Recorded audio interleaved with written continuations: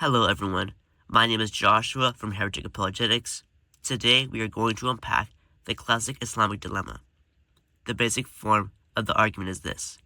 The Quran affirms the inspiration, preservation, and authority of the Jewish and Christian scriptures. However, the Jewish and Christian scriptures contradict the Quran on basic issues. While the Quran says that God isn't a father, the Torah and the Gospels say so. While the Quran says Jesus was never crucified, yet each of the four Gospels gives an account of this crucifixion, with Jesus predicting said crucifixion beforehand. Thus, if the Torah and Injil is true, Islam is false, because they contradict the Quran. But if the Torah and Injil are false, Islam is also false, because the Quran says they are true. Now let's get into the proof for this argument. There is one set of passages which, I believe, contains all the materials needed for the Islamic dilemma. Surah 5, verse 42 to 43 reads, "They eagerly listen to falsehood and consume forbidden gain. So if they come to you, O Prophet, either judge between them or turn away from them. If you turn away from them, they cannot harm you whatsoever. But if you judge between them, then do so with justice. Surely God loves those who are just. But why do they come to you for judgment, when they already have the Torah containing God's judgment? Then they turn away after all. They are not true believers." Here, Muhammad is given instructions for judging cases for Jews and Christians. The fact that the judging is about justice and laws will come up later. In these instructions, it is asked why Jews come to Muhammad for judgment when they have God's judgments found in the Torah. This would be quite a strange claim if the Torah had been corrupted. After all, Muslims claims that the reason the Quran was revealed was to correct the corruptions of the previous scriptures. Telling Jews to judge in legal cases by a corrupt book will be a direct contradiction to the purpose behind revealing the Quran. It also verbatim says that the Jews have the Torah, which goes against the idea that it was lost or corrupted. Surah 5, verse 44 reads, "Indeed, we revealed the Torah, containing guidance and light, by which the prophets, who submitted themselves to God, made judgment for Jews. So too did the rabbis and scholars judge according to God's book, with which they were entrusted and of which they were made keepers. So do not fear the people, fear me, nor trade my revelations for a fleeting gain, and those who do not judge but what God has revealed are truly the disbelievers." Here, the Quran affirms that God revealed the Torah, also affirming that the Torah was an actual book used by rabbis and scholars, not just some vague set of teachings. Furthermore, this verse tells the Jews to judge by the Torah in legal matters, in the same way that the rabbis, scholars, and prophets in the past did.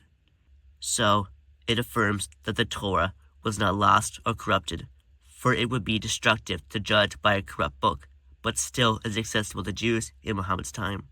Surah 5, verse 46 to 47 reads, "Then, in the footsteps of the prophets, we sent Jesus, son of Mary, confirming the Torah revealed before him, and we gave him the gospel, containing guidance and light, and confirming what was revealed in the Torah, a guide and a lesson to the God-fearing. So let the people of the gospel judge by what God has revealed in it, and those who do not judge by what God has revealed are truly the rebellious." Here, the Quran affirms the same inspiration and preservation of the gospel as it did of the Torah. God revealed the gospel, and it is not just acceptable, but commanded that Christians judge by their gospel. Again, if the Quran was revealed to fix the corruptions the previous scriptures underwent, it would be the stupidest and most counterproductive idea to tell Christians to judge by the same corrupted book that Muhammad was sent to correct. It's like if you want to get your child to stop throwing temper tantrums when you tell them no, but you keep letting them get their way all the time. Surah 5, verse 48 reads, "We have revealed to you, O Prophet, this book with the truth, as a confirmation of previous scriptures and a supreme authority on them. So judge between them by what God has revealed, and do not follow their desires over the truth that has come to you." This verse, Muslims say, refutes the claim that the Quran affirms the preservation of the previous scriptures. See, they say, where it says the Quran is a supreme authority, a criterion over previous scriptures. So, Muhammad is to judge parts of the current Torah and Injil by what God has revealed in the Quran.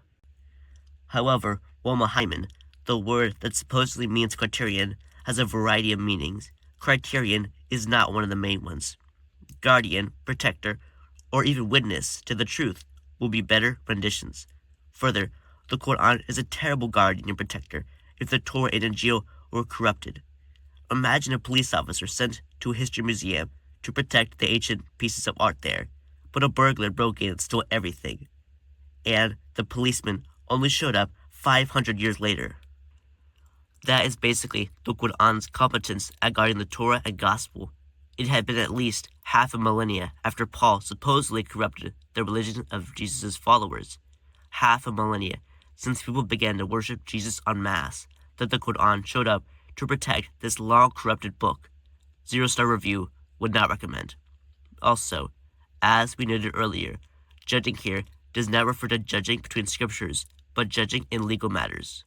After all, this passage tells Muhammad not to follow their desires, which would make sense if this refers to people and not to the Torah and Gospel. Muslims, however, claim to have some Quran verses which allegedly support the belief that the Torah and Injil were lost or corrupted. Surah 2, verse 78 through 79 reads, "And among them are the illiterate, who know nothing about the scripture except lies, and so they wishfully speculate. So woe to those who destroy the scripture with their own hands, then say, 'This is from God,' seeking a fleeting gain. So woe to them for what their hands have written, and woe to them for what they have earned." Surah 3, verse 71 reads, "O people of the book, why do you mix the truth with falsehood, and hide the truth knowingly?" See, they say, the Christians and Jews were concealing the content of the scriptures and writing their own scriptures. However, this does not equate to the Torah and Injil no longer surviving uncorrupted. Just because some try to sell off their own writings as scripture in no way says that the authentic scriptures no longer exist, nor that their message was lost till Muhammad came. It would seem more like Muhammad faults the Jews and Christians for knowingly believing and acting in contradiction to the scriptures they have, rather than that they don't have them anymore. Surah 5, verse 65, 66, and 68 reads, "Had the people of the book only been faithful and mindful of God, we would have certainly absolved them of their sins and admitted them into the gardens of bliss. And had they observed the Torah, the Gospel, and what has been revealed to them from their Lord, they would have been overwhelmed with provisions from above and below. Some among them are upright, yet many do nothing but evil. Say, O Prophet, O people of the book, you have nothing to stand on unless you observe the Torah, the Gospel, and what has been revealed to you from your Lord." Here, the Quran faults the Jews and Christians for not being faithful to God and not observing the moral requirements of the Torah and Gospel. How can God fault them for not observing a revelation that has long been corrupted? Furthermore, this passage tells the people of the book they have nothing to stand upon but the Torah and Gospel, which they can't really do since they were corrupted allegedly. This is exactly the point I was making in response to these verses that supposedly refute the Islamic dilemma. Besides the issue of statements that affirm the inspiration, preservation, and authority of the Jewish and Christian scriptures, there is also the issue of the Quran's lack of clarity in this area. Let's assume that the Quran affirms that the Torah and Gospel were corrupted. In that case, it does a very poor job of doing that. After all, it makes no distinction between the original and God-inspired Torah and Injil and the corrupted Torah and Injil. The Quran calls them by the same name. There are so many titles the Quran could have called the original Torah and Injil. It could have called the Torah the Book of Israel and the Gospel the Book of Light. If Muhammad in the 6th century told a Jew or a Christian to judge by their Torah and Gospel with no qualifications that it was lost or that its message is now contained in the Quran, what book would Jews and Christians instinctively think of? It would be their own scriptures, called by those very names. I hope you have enjoyed this and that. If you disagree with anything I have said, please explain your reason why in the comments below. I hope we can have some fruitful and enlightening discussion. This is Heretic Apologetics. God love you all.